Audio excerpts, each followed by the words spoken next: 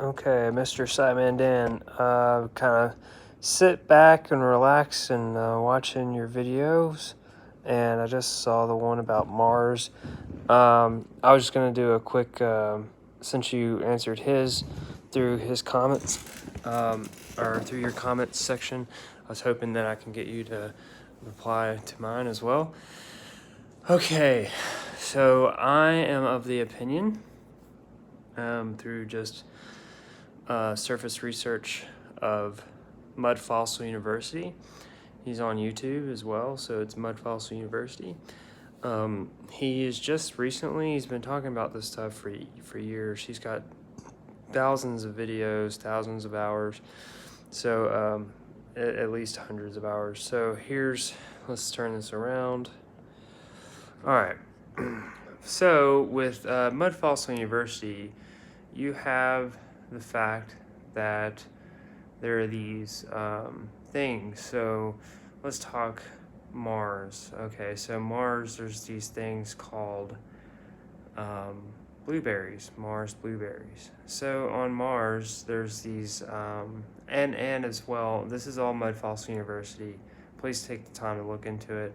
But they're called the Mars blueberries and the Mars, what is it called?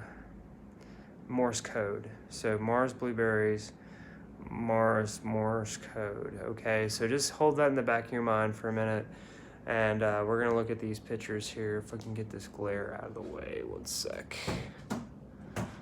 All right, so keep that in mind, the Mars blueberries and the Mars Morse code. And this is Earth, by the way. We're gonna jump off Mars real quick and kind of just give a little backstory to why I believe that Mudfossil University has the closest idea of what's really going on. It is kind of far-fetched when you think about it, but in the bigger picture of things, it's kind of hard to deny the evidence, like you're so willing to accept on your end as well. So we got some evidence, and we're gonna kind of just plow through the speculations and all, and just make the best of what we have at hand. Okay, so here we are, looking at the slide here. So this is the west coast of North America, and we have us a creature. I'm not sure if you can kind of see the detail there. Like I said before, Mudfossil University, Mars blueberries, and Mars Morse code. So if you just look a little closer there, you can see some form of detail. You can fill in the blank all you want. It doesn't matter, because like we love, me and you and everyone else around us, evidence. So that goes back to Mudfossil University. These are just on my end. I'm not aware of him ever covering these issues on his website, so this is just add-on my end. So yeah, once you get involved, then you'll see the other side of the creature evidence. Okay, so this is that last picture here, just turned sideways. Here's another creature here. It's upside down. You have, let's see, you have the head, then you have the body. The head's right there, and then the body's behind it. That's the East Coast, and this is the West Coast. Okay, so you want to turn it upside down. All right, that's a little bit closer view.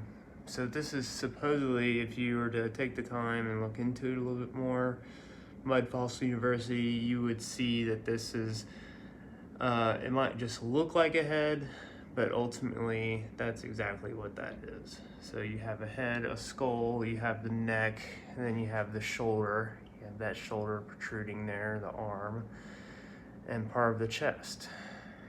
Let's see.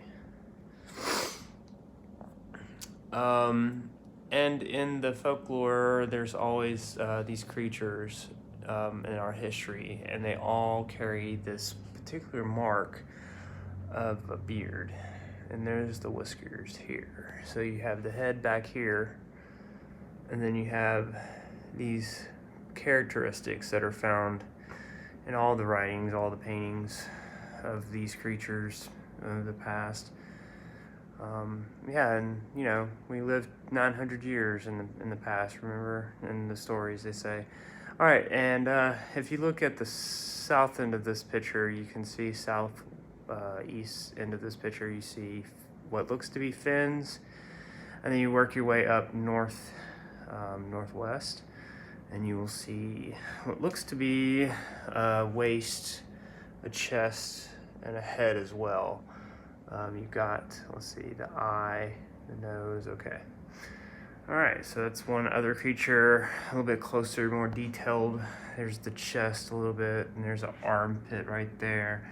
And it's neat too, so if you go to Google Earth and you pinpoint these particular areas where you would suspect them, if they were to be true, the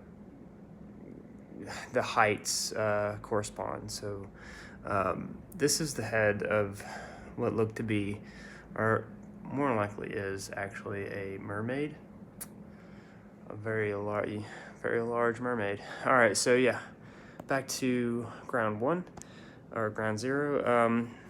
Like I say, Mudfossil University, take the time to look into it. It's Mars blueberries, and it's actually one of the more recent videos if you take the time. And then Mars Morse code, and you'll see what those mysteries are actually of. And like I say, this is one of many creatures that's found just on Earth alone. Before we continue, here we have the top of the mermaid's head, adorned with its friend. We'll actually see a better, more clearer shot here in the future. But if you were to take your cursor and go right there, right at the tip where you would suspect you got two eyes, you got a mouth, you got, you know, your fin there.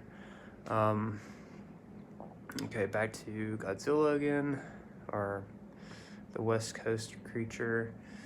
And then you got your East Coast creature. Let's see. Okay. Let's see here. Sorry if this is boring, but just had to throw this at you. Hopefully you'll take the time to look into it. Mudfossil University, Mars blueberries, Mars Morse code, and this is just my take of my end of the story. Okay, so let's see here. This is Flounder. Okay, so you have the mermaid right here, and then you have Flounder there.